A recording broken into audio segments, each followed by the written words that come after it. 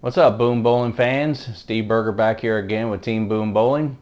Here to talk about the Brunswick EVO Hybrid. Got a chance to edit this video and put it together and finally get it out on YouTube. We're gonna use it with put some of the video together with some of the other equipment I used at the same time, so we can kind of look and compare, and you guys can kind of see the difference between one ball and the other. Having said that, also make sure you're checking out our website at teamboombowling.com. I will see if I can figure out how to put that in the description. I know people do that, but I've not figured that out. But if you see in the description, I guess I figured it out. But anyway, we'll get a chance to look at this EVO Hybrid. I really like this ball. It's definitely a little different than a lot of my other pieces, so it gives me a different look. But without further ado, let's get into it. Let's go.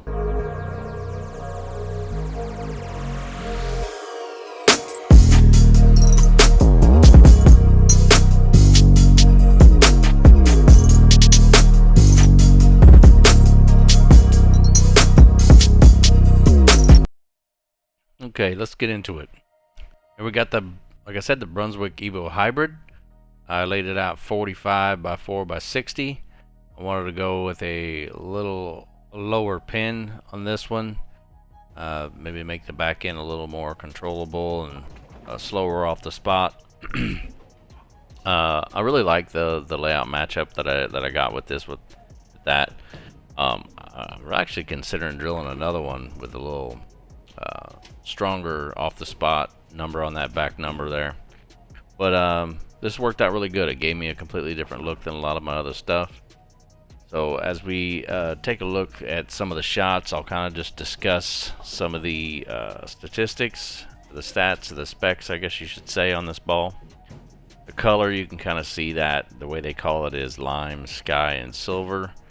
I mean, it just, if you like any of those colors, I mean, the way it blends together, it's a beautiful bowling ball. Like I say, I always say, people try to say, well, the colors don't matter, but a lot of people admit it that they do. It's a good looking bowling ball. So the core is the QCS-18. I'm not real familiar with the Quantum series. I actually never got to throw one until I drilled this ball up.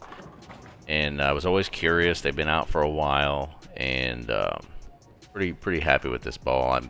Like I said, it's not one that, with that layout, it's not one that I get to use a lot in league, your typical league night, for me anyway. I think for someone that wants to use this on a typical league night, maybe somebody that's a little goes it a little harder than I do or whatever, I think that would work out really good for them as ball reads a little earlier. So here's a comparison with the Polaris Hybrid. The Polaris is definitely longer. The Polaris gives me kind of a similar movement off the break point, but the Polaris gives me a lot more length before it makes its move. So the Polaris for me is more length, probably the same shape off the spot, which is kind of surprising, but definitely a step down or couple steps down from the EVO Hybrid, at least as far as strength goes, you know, for if you want the ball to hook a lot or whatever. But the Polaris, I put this as a comparison with the Polaris because you know, the back of the shape off of the break point is very similar to the EVO Hybrid, but the more length, so it just kind of gives you that comparison, and I hope you can kind of see it in the video there. Yeah. So the Polaris, I usually wait until there's some friction, versus the EVO Hybrid I use early, put it away. As far as more specs on the EVO Hybrid, it's a hybrid reactive hybrid cover. The cover stock is the Evolution Reactive. The finish comes at 500, then 2000, and it's left at 2000. And I didn't change it. I left the box finish on that ball. I think I could shine it up and get a lot. I mean, I think it's going to be a pretty versatile ball. Like, if I didn't shine it up because I wanted it with surface, but definitely you can play with the surface and store a little bit of energy, maybe come off the spot a little bit more if you shined it up a little bit.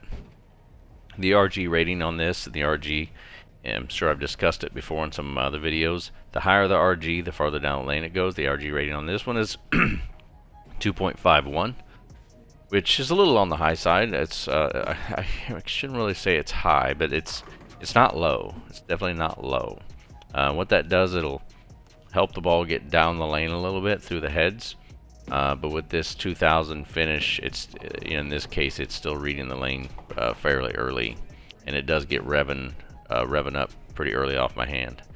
Differential on this ball is 0.051. That's a pretty high differential.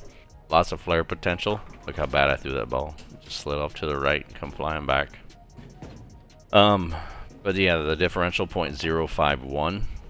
Like I said, it's a pretty good strong differential. Lots of flare potential depending on where you put your pin position. So lots of opportunity there for flare if you want it. And then the asymmetrical differential or the intermediate differential, 0.018, which is also pretty high. And it definitely gives you the option to really decide how you're going to lay it out and use that asymmetrical differential to help get the reaction that you're looking for. This ball does come with the dot technology, and for those of you that don't know that, usually where the pin is, if it's open in the middle, that means it has dot technology, and what that allows you to do is lay it out any way you want without worrying about where the pin is. So without dot technology, you got to keep the pin at least an inch away from any of the holes that you put on the ball, which can limit you to certain layouts that you might want that you can't do because you don't have the dot technology. But with the dot technology, it doesn't matter. You can just pick a layout, lay it out how you want, get what you want out of it. So that dot technology, I really didn't even realize how handy that was until I started drilling up some of this stuff with it. And you know, with where my PAP is and all that, I run into that problem all the time. And then with that dot technology, I don't run into it at all. So I definitely prefer the balls with the dot technology, so I don't have to worry about that. But there's a Paragon. The Paragon is pretty close, but I would say probably similar in strength as far as how strong the ball is in comparison to the Evo Hybrid. But the Paragon's a little bit more stronger off the spot and a little more continuous than the Evo Hybrid. The Paragon Hybrid, overall, I stand at about the same spot with it and target about the same spot with it, but I definitely get a lot more continuation down lane with the Paragon Hybrid, which does not make the, a lot of people talk about continuation like that's supposed to be, if it doesn't do continuation, that it makes it a bad ball. That's not necessarily the case. Sometimes you want the back end to be a little bit more controllable and predictable. When the back ends are really flying, like I can't throw the Paragon Hybrid. It's just too much on the back and too continuous. So something like the Quantum EVO Hybrid would be a better option in that case, But yeah. So I hope that you're getting something out of these videos.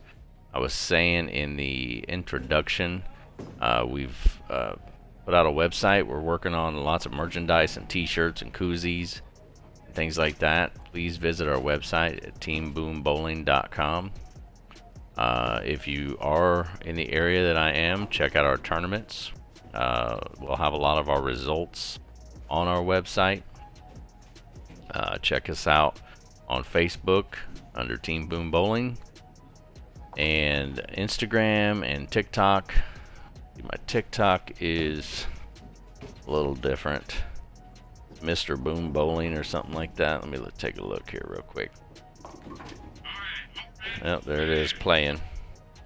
Yeah, it's at Mr. Boom Bowling for my TikTok. So basically I'm trying to put a lot of information together, provide you guys with informational videos, help you make your decisions on bowling balls before you purchase them. I know that purchasing bowling balls is a expensive endeavor, and you definitely want to get different takes on bowling balls to make sure that that's one you want. With Brunswick products, there's so many to choose from. There's gonna be stuff that you want. You just gotta find what you want, and I'll continue with these videos coming out. Just to talk a little bit more about this Quantum EVO Hybrid, I found that when I had lots of head oil and the ball could just skid in the front and I could stay behind the angle, that's when it worked its best. But yeah, this ball's going to be going to every tournament with me. It'll be in every tournament bag, guarantee you, because it definitely gives me a different overall look than a lot of my other stuff. My videos are also going to be changing, by the way, meaning changing not completely, but we'll be getting my press in next week, and I'll be discussing more of the layouts and why I'm drilling, what I'm drilling, and what I expect out of that reaction for that bowling ball. So hopefully that's going to be a lot more information for you as well, so whenever you do choose to drill up a bowling ball, you might be able to relate what I'm talking about as far as the layout matching up with the bowling ball for your game as well. So yeah, one more time I'll say, you know, if you have a lot of speed or something like that, or your center has a lot of head oil or something like that, I think this ball will fit your game pretty good. And I've got some more bowling balls coming out soon. I've got that Hammer Sting and the Cuda C and a couple others I'm getting ready to drill up. So hope you enjoyed the video, and I'll talk to you next time.